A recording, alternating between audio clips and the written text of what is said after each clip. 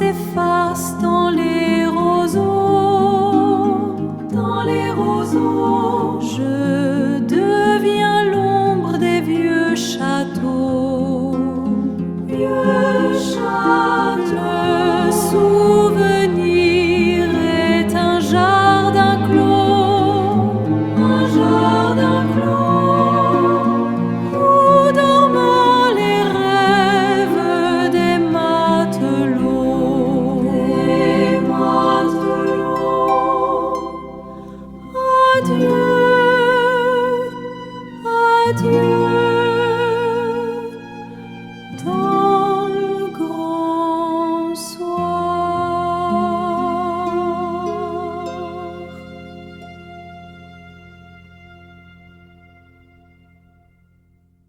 Voici la retranscription de cette grande épopée, pensée comme un vaste conte théâtralisé, où chaque acte plonge au cœur des forêts magiques et des sentiments absolus. Prologue, le sang, la corde et le regard, le monologue. La scène est plongée dans la pénombre. Seul un faisceau de lumière éclaire le conteur. Il s'avance lentement, comme s'il marchait sur un tapis de mousse millénaire. Le conteur, écoutez, écoutez le chant des feuilles anciennes, là où le vent ne murmure que des secrets oubliés des hommes. Il y a très longtemps, bien avant que nos cartes ne figent le monde, s'étendait le pays d'Elphéa, une terre de forêts denses, de sanctuaires sauvages où la magie palpitait à même l'écorce des grands chênes. C'est là que notre histoire prend racine. Imaginez la scène. La lumière filtre à peine à travers la canopée vertigineuse. Le silence règne, lourd, presque étouffant. Soudain, un craquement atroce, puis un souffle rauque, bestial. Sur le sol tapissé d'aiguilles de pin, Vorgia, un elfe à la beauté éthérée, gît à terre. Son flanc est ouvert, son sang argenté perle sur la terre sombre. Au-dessus de lui se dresse une abomination, une créature que la nature elle-même a dû rejeter, un amas de muscles noueux, d'écailles sombres, armé de griffes semblables à des faux et de dents prêtes à broyer l'immortalité même. La bête lève la patte, prête à porter le coup de grâce. Vorgia ferme les yeux, acceptant l'étreinte du destin. Mais le destin, parfois, porte un arc. Arturo, un humain, un simple voyageur des confins qui s'était aventuré sous les voûtes de feuilles. Il passe par là, l'esprit en alerte. Il voit l'horreur. Il voit l'elfe. Il n'y a pas l'ombre d'une hésitation dans son âme. Le temps semble se figer. Le bois de son arc gémit sous la tension de la corde qu'il bande à s'en rompre les doigts. Son souffle se bloque. L'œil vise, le cœur guide et fait ses saches. La flèche siffle dans l'air lourd. Elle fend la brume et vient se ficher, avec une précision létale, en plein cœur du monstre. L'étrange animal pousse un hurlement à glacer le sang des dieux, vacille, et s'effondre dans un bruit sourd, la vie le fuyant par la blessure. Le silence retombe, plus profond encore. Arturo s'approche, l'arc toujours au point. Vorgia rouvre les yeux. Il relève la tête. Leurs regards se croisent. Et là, la magie véritable opère. Non pas celle des sortilèges ou des runes, mais cette magie foudroyante qui a uni deux âmes à l'instant même où elles se reconnaissent. Un coup de foudre, une évidence implacable. Vorgia tente de se redresser, la fierté elfique chevillée au corps, mais la douleur est un maître cruel, il chancelle et s'effondre à nouveau. Arturo jette son arc. Il se précipite, s'agenouille dans la boue et le sang, et passe son bras puissant sous les épaules de la créature de Féerie.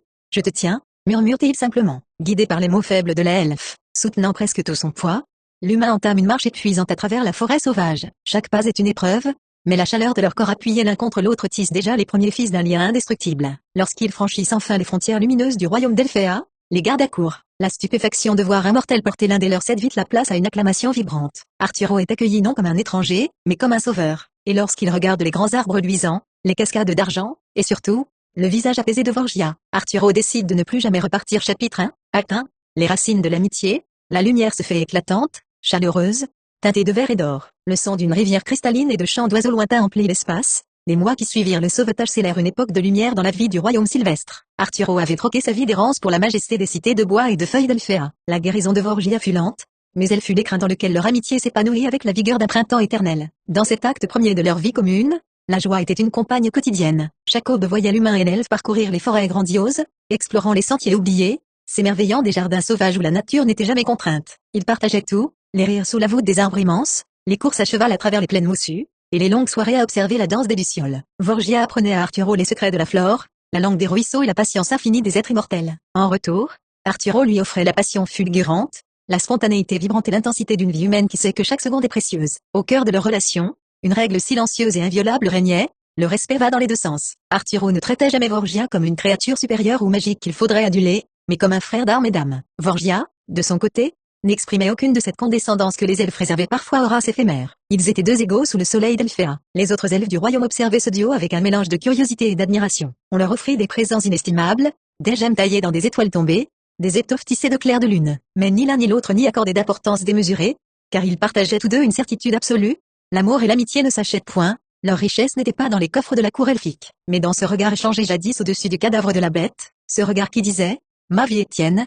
et la tienne est mienne, les jours devinrent des mois, les mois des années, dans une parfaite allégresse act final. Le cadeau de l'éternité, la lumière devient crépusculaire, teintée de violet et de bleu nuit. Une atmosphère solennelle et puissante s'installe, le temps est le seul ennemi que les flèches d'Arturo ne pouvaient abattre. Alors que les décennies s'écoulaient, douces comme le miel, une ombre s'insinua dans le cœur de Vorgia. Si le visage de l'elfe demeurait aussi lisse et éclatant qu'au premier jour, les tempes d'Arturo s'étaient parées de givre. Les pas de l'humain, jadis si vifs lors de leur randonnée forestière, se faisaient plus lourds. La course implacable de la mortalité réclamait son dû. L'idée de perdre Arturo était pour Vorgia une blessure bien plus mortelle que les griffes de la bête sauvage. Il ne pouvait s'y résoudre. Un soir, alors que la lune était pleine et rougeoleuse, Vorgia se présenta devant le haut conseil des anciens d'Elfea. Dans l'amphithéâtre de pierre blanche, entouré de sages millénaires, Vorgia plaida sa cause. Il ne demanda pas de richesse, il ne demanda pas de pouvoir. Il demanda le rituel de la Eterna, le don interdit, le transfert d'essence qui permettait d'ancrer une âme mortelle dans le fleuve de l'éternité elfique. Les anciens refusèrent d'abord. L'ordre du monde doit être respecté, dirent-ils. Mais Vorgia se tint droit, relatant la bravoure de l'homme,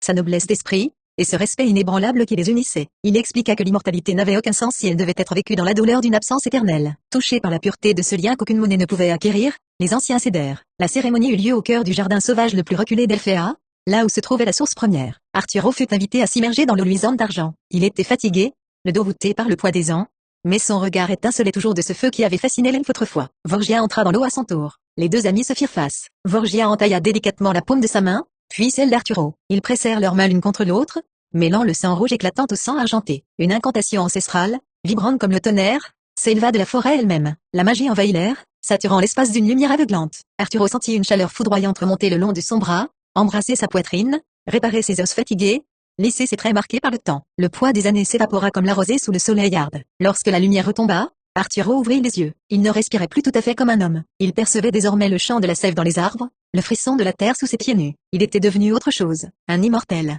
Vorgia lui sourit, les larmes aux yeux. Le serment tacite de la forêt sombre était enfin accompli. Désormais affranchi du coup près du temps, l'elfe et l'humain purent reprendre leur marche à travers les siècles, protecteurs éternels du royaume d'Elfea, guidés par cette magie absolue où l'amitié triomphe de la mort elle-même.